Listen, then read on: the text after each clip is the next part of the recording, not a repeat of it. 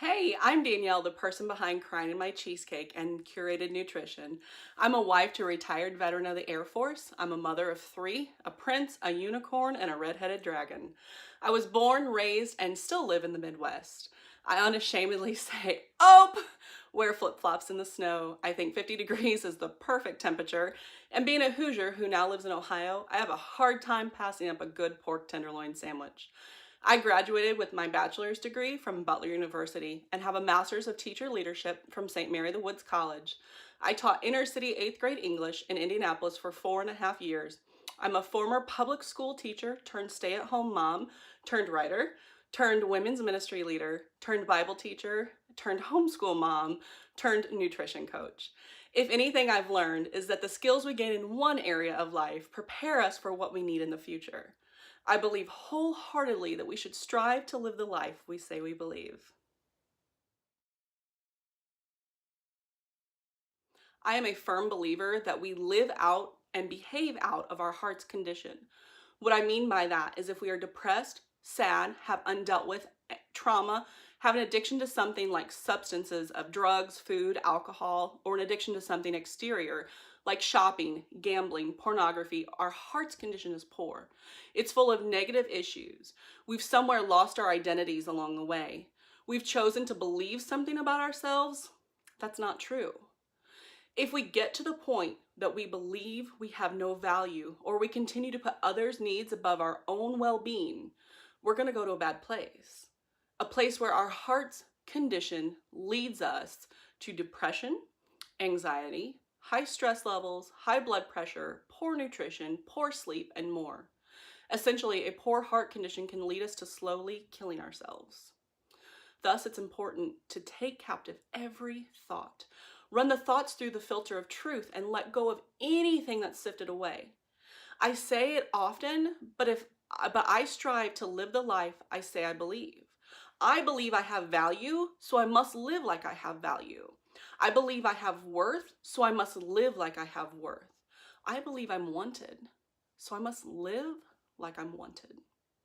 In my life, personally, I believe that Jesus is the living Son of God, who died on the cross and rose again on the third day like he said he would. If I believe this, then that means I do not need to strive for approval from others. I do not have to be perfect because the perfect one already came. My attitude changes to this thing of have to get to. I get to live a life rather than have to live this life. I get to live a life from freedom from strongholds like food, codependency, addictions, approval, and so much more. For me, the nutrition piece comes into this because I have been obese more of my life than not. In fact, at the recording of this video, I'm finally considered overweight and not obese. Once I began the work on my nutrition, food no longer was a source of numbing. My feelings started coming to the surface. Feelings I didn't know how to feel or what to do with them. These feelings were indicators that my heart condition, or of my heart condition, that I had stuffed away for so long. After a lot of internal work through therapy, prayer, and my tribe speaking into me, I've learned to begin healing from many past hurts that really debilitated me. I didn't see my value in anyone in this life. I felt so poorly about myself because I chose to believe the lie that I wasn't good enough unless I worked for the approval of others around me. So I was constantly performing, constantly doing, and behaving in a certain way to get approval. I was taught from a young age that people are always watching, so I must behave and do or not do certain things. And while that's true, I inappropriately took it to mean that I could never be imperfect. I wasn't good enough if I wasn't on it every single day. The truth is, people are watching, and that's a good thing. We need to watch others to learn examples of what to do and what not to do. By watching, we can develop hope in seeing others face such hard circumstances and still come out on top better than before. And this is why I decided to become a nutrition coach alongside my personal nutrition coaches. If people are watching, that means we have influence. And if we're stuck in all the circumstances of life and we never get to live out our purpose in life, there's a problem. I know the freedom that comes with no longer being controlled by food. What I mean to say is I used to feel shame or guilt over my choices. A donut or cake was a splurge or a cheat. Pasta and bread for dinner, oh, so risky. Oftentimes I'd choose healthy foods thinking I was doing good for myself. And yes, the healthier options are better, of course, but not in the crazy portion sizes I was serving myself. Too much of a good thing can indeed be too much. I know what it's like to heal the deeper things that caused me to continue to eat. Did you know that a cocaine addict, a sex addict, an alcoholic, and food addict are all trying to hit the same pleasure receptors in the brain? We tend to admonish the other addictions, but somehow food addiction is just excused away. We hear it excused away as oh, she's just big boned, or her family is larger, so she'll be larger. She can't help it. Or, well, she's strong and athletic, it's okay. She has a large frame, she carries it well. Sadly, food addiction causes obesity. It doesn't discriminate because of your circumstances or mine or our biological factors. Obesity is simply excess stored food. It creates these hard deposits around your vital organs. It creates excess body mass. Those fat deposits around the vital organs and the larger body frame makes it hard for life to get around, to go shopping, to play with the kids, to work in the yard, and even once pleasurable things no longer spark any joy.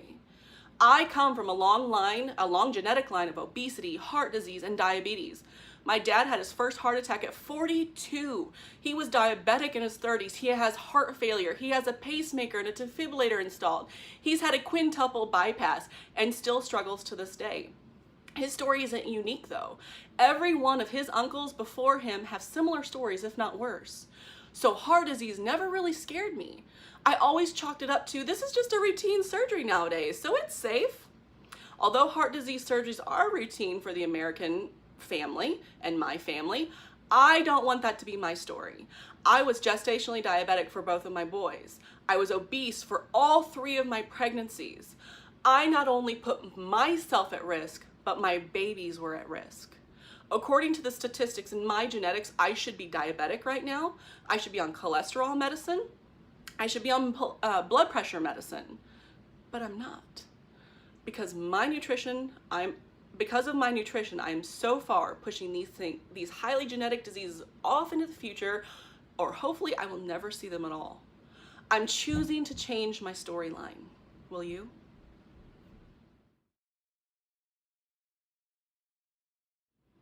When you choose me as your nutrition coach, you will be expected to track your food, send in your food logs, be receptive to coaching, and be fully honest in all areas of life. No more denial. We're going to accept that we might know what to do, but not know how or why, especially when it comes to our body. I will coach you based on your logs, based on your goals, based on your lifestyle, your needs, your wants, stress, sleep, jobs, financial situation, and so much more. Your coaching package gives you access to my private Facebook page with other current clients for a sense of community. You will get access to texting me for urgent needs. You will have opportunity to schedule phone meetings, and you will have unlimited email support. You will get access to the password protected client only website on my page, and you have access to emotional wellness counselors. Also, I'm happy to work with your medical professionals and other support team that you may already have in place.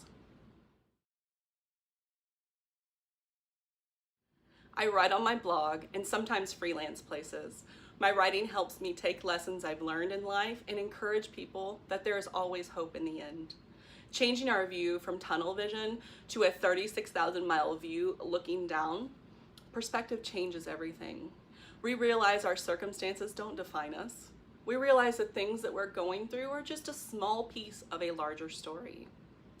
I like to write and teach Bible studies too. These stretch me to the next level. When we take on the role as a teacher, there's a much higher responsibility attached.